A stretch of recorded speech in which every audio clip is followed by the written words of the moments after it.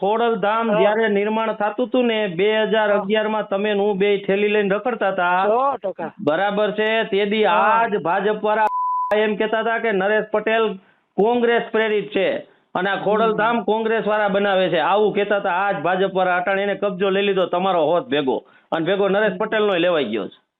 ખરેખર યાર જોવો તો ખરા યાર આવી રીતે નામનો ઉપયોગ કરવાનો છે આ રીતે સમાજને દોરી જવાનો છે યાર. આયોજન તમે કરો ને કોક તમને આમંત્રણ દઈ દે અને એવા ગણેશ જેવા દૂષણને જેના બાપે તન મર્ડર લેવા પટેલ સમાજના કર્યા હોય એવાને આ વસ્તુ વ્યાજબી થાય. હવે તમને છેલ્લી વાર ને પહેલી વાર કહું છું ખોડલધામના નામ ઉપર કઈ કામ થશે એટલે અમે અમારી ટીમ સાથે આવી જશું. ન્યા કોઈ બીન પટેલ આવ્યો હોય છે એટલે માથાકૂટ થાય અને ઈ બધી રીતની માથાકૂટ થાય અને ધમકી સમજવી હોય તો ધમકી સમજજો, વિનંતી સમજવી હોય તો વિનંતી સમજજો. બરાબર છે. હવે કાંઈ પણ ખોડલધામના નામે કાર્યક્રમ કર્યો ને અને બીન પટેલની કોઈની ઉપસ્થિતિ ત્યાં રહી એટલે ખેર નથી આ તમને કહી દઉં છું.